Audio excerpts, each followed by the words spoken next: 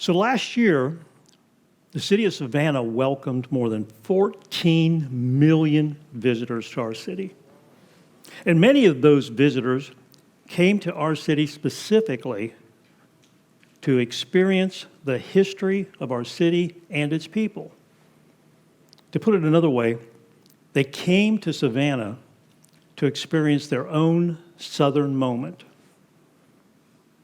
Something more than just a trip, kind of an experience, but mostly the foundation for a personal story involving them with the ambiance, the culture, and the history of our community. As they move through our community, they'll see the historic buildings, they'll see the squares, they'll see the monuments, but they'll also learn about the people and the personal stories that shaped our Southern heritage. Think of it this way.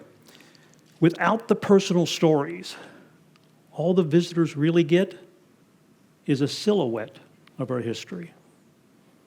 It's those personal stories about the people that share with them the interpretation those people had of the events of their day. And that becomes the important part. Now, what I mean by this is, so when they're out on their tours with their tour guides, and they hear that James Oglethorpe brought a band of men and women over to America and founded the first planned community in America with its squares and its wide streets and its public spaces, it's interesting. But it's just a little bit of history. It doesn't give them much. And then when they hear that James Oglethorpe he banned rum and lawyers from this new community, then it's like, wait a minute, what did they say? He banned what? And then they still have got just a little bit bigger picture. And they know now what Oglethorpe did, but they have no idea why he did it. But then when they read or they hear about his personal observations in his own writing, in his own words, the picture becomes very clear. Such as when he wrote in one of his letters back to England, and he said, and I'll do my best James Oglethorpe voice here, he said, "The mortality in America is chiefly owing to distilled liquors. I can assure you that if rum is allowed in any shape, soldiers will be unfit for action and inhabitants for labor." Now, with those words, Oglethorpe's own words, suddenly the visitors get to see history through his eyes. They understand why he did what he did. And the same thing can be said about Savannah's famous author, Flannery O'Connor. Visiting her home and reading her stories is interesting. But if you want to gain insight into the individual and into the time that she lived, you've got to find something about her own thoughts in her own writings. And fortunately, those were recorded. For instance, there was a time when she was asked about her thoughts concerning Atlanta. And here's what she said. Here's how she responded. She said, quote, "My idea of Atlanta is get in, get it over with, and get out before dark." And with that, the visitors now have been exposed to the Southern wit of the time. And we're fortunate, very fortunate that the thoughts, the memories, the moments of Oglethorpe and O'Connor were captured and preserved so that future generations, people such as us, can get to understand that time and those people. But today, the preservation of our Southern moments, of our memories, of our thoughts in the digital age has not kept up with technology and its advancements. Today, many of our moments, many of our memories, many of our postings, many of our personal thoughts are considered to be born digital. And born digital simply means it never existed in physical form. It has been digital forever. And because it's digital, it's fragile and susceptible to loss and manipulation. Today, there is readily available software and programs so that people can go out and manipulate, change, modify, change the context of photos, text, videos in ways that you and I cannot detect.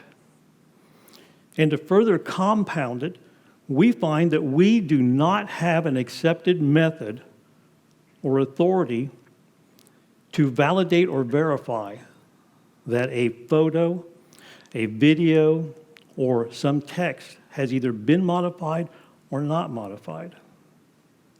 Today, we store huge amounts of our public and private lives on social media and something called the cloud.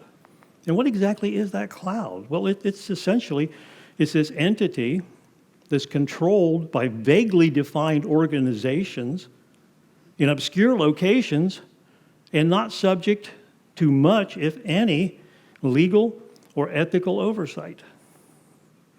And yet, today, we store our most precious, our priceless thoughts and memories in that cloud. And because we don't have a thoughtful process to archive those files, to retain those files, and to make those files available for future generations, we are literally hoping, no, we are literally praying that the social media networks will do what they need to do to preserve our data and make it available for future generations. And we haven't even touched yet on what about all of the information that's been saved out there in obsolete formats, such as today, there are hundreds of thousands, millions of personal and historical moments saved on VHS tapes. Sound familiar? And yet, the last brand new VHS player was manufactured in 2014. So even if we have access to working equipment, we still don't have a process that tells us what's the accepted standard for converting it into a new format, or how often we should do that. And if the day comes that we no longer have access to equipment that works for VHS tapes, then we will have lost to history all of our personal moments, our memories, our pictures, our events. So what can we do about this? Well, the answer is, just like the answer to any social issue is, we need to get people involved. We need to get those involved people to educate our leadership in our communities about not only the problem, but the consequences of not preserving our memories for future generations. If we can get our collective leadership in our communities, I'm talking about political leadership, I'm talking about educational leadership, technology leadership, legal leadership, any type of religious leadership, any type of leadership that's out there, to craft a thoughtful archival process to retain this for the future, then maybe future generations won't remember us for what we lost. And maybe they'll have the opportunity to gain the experience to determine why we did what we did, as opposed to we just did it. Abraham Lincoln once said, "In the end, it's not the years in your life that count. It's the life in your years." Ladies and gentlemen, let's preserve the memory of the life of our years. Thank you very much.どうもありがとうございます。